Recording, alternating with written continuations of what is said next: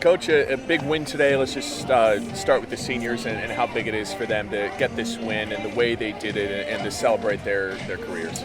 You know, getting 40, right? They haven't got 40 in a long time. And that was the goal that Rivera, Consolazio, Dixon, and Foreman said, all right, let's get to 40, and we got a great shot. So they did it. And, they all produced very well today. George came up with a big hit, Alana getting on base, Consolazio playing well, and Dixon threw the ball extremely well today. Made one bad pitch. That's all it was. Hung a changeup. After a changeup strike, she knows better. She was supposed to herself was supposed to bury the next one, right? But, the team came back. And, but, yeah, a big W, no doubt about it. What made you the most proud about that seventh inning? UTSA comes back, they tie the game. Camille makes a great play at third to get you there. And then 9-1 and 2, there's no back down. They just find a way to bring that run in a clutch way. So how appropriate Kathy Garcia working her butt off all year to get back to swing mode and smokes one in the last inning to get us going, right? And so the Energizer Bunny was so contagious for what was going on.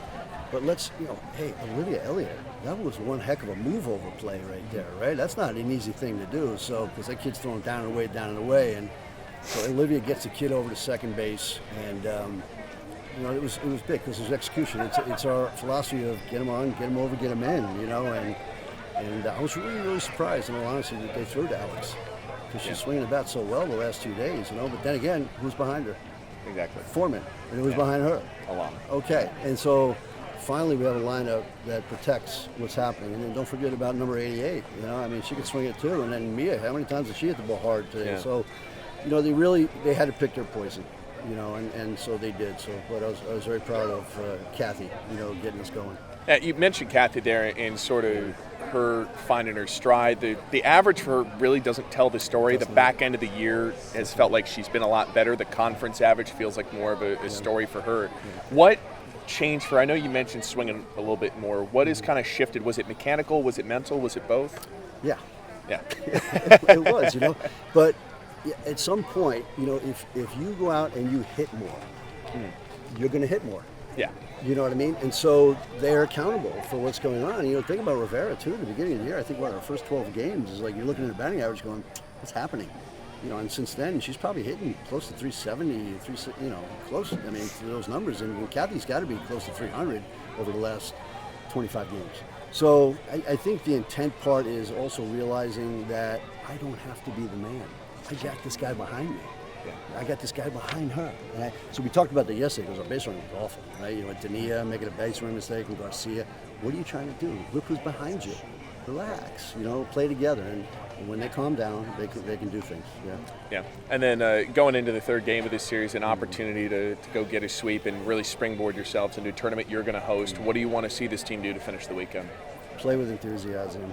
Play flawless. That team's going to come out and try to get a W tomorrow. You might see 6 pitches for us tomorrow. That's the way it goes. You're at the end of the season. You got a tournament coming up, and we did what we did, which is nice. So let's start with the big moment, Alex. You get the walk-off there. Can you just talk about what the chatter was like in the dugout going into that bottom of the 7th inning? Camille makes a great play to get you guys there, and then take me through your at-bat as well.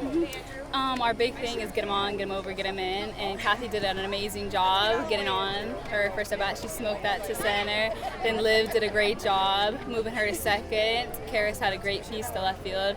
She just made a really good play, and I was just trying to hit it low and hard somewhere, and I'm just our team is so good that Kathy got on. We all just play a part in this team. A chance to send these seniors out in style with, at the very least, a series win this weekend. Can you just talk about what those 4 teammates mean to you, Peyton, Alana, Josie, and also Alana? I don't think that any words could ever put into appreciation of how much they mean to me personally. Each one of them played different parts. Their belief in each other and their overall experience in life and in softball just really plays a part in our team. Yeah. How important is it for you guys to continue this moment? I know we talked about this yesterday, but with you guys hosting the tournament, you get to stay at home to keep this lurching forward into tomorrow into the rest of the year. Mm-hmm. I think just keeping that momentum going, and I think that plays a big part because it makes us feel good, and when you feel good, you play good. So I think that's a huge part of it. Awesome. Thank you, Alex. Thank you. Coach had mentioned some of the things you had kind of worked on through the year, both mentally and mechanically, to kind of help you unlock things as a hitter as the year has gone along. How do you feel like that showed up today? I mean, just trusting the process and continuing to trust myself and what I've been working on, and that like the balls will drop when they need to and the hits will come, and just continue to stay the course and just trust it pretty much. Yeah. They've called you the Energizer Bunny before. We see it whenever you hit, walk, hit by pitch, anything to get on base. Is that, has that always been part of your identity? Is that something that you try to do to fire your team up? Does it come naturally? I mean, yeah, it's something that just comes naturally. I've had it since I was little. Even going back to like when my mom used to play, like the other team used to not like her because she used to yell all the time, and we're like, that's the thing that they compare us to. Like we're always yelling, we're always screaming, whether we're winning, whether we're losing, whether we just messed up, anything, it doesn't matter. Always continuing to yell, help our team out, because that's just like a big spark. What's your relationship like with your mom as a player? Do you go to her often for advice, or how you guys are similar, or anything like that? I think now as I've gotten older, it's more of just like have fun and relax. Because as you get older, you kind of know what you started doing wrong, so it's more of like, it's okay, you'll get them the next day. But just hearing her stories is really cool, and just stuff like that. Yeah. I think for this team too, you guys, you made the mark of getting to the NCAA tournament before the years, getting to 40 wins as well. How does it feel to achieve the latter of that goal, and now with a chance to achieve the former on the horizon? I mean, it's so big. I love this team, and I love the girls, and we just have this bond, this connection with each other, and we just fight for each other no matter what. And we just leave it all out there. So hopefully, continuing the season, we still have each other, and we'll see how far we go. How much confidence do you have in the rest of this team to step up and do what they need to do? You get yourself on base, and just knowing that they'll find a way to get you in. Yeah, I mean, I have so much confidence for every girl on this team, up and down the lineup.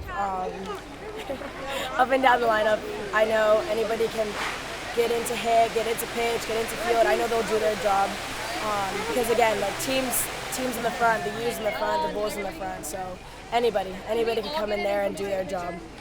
Thank you, Kevin. Yep.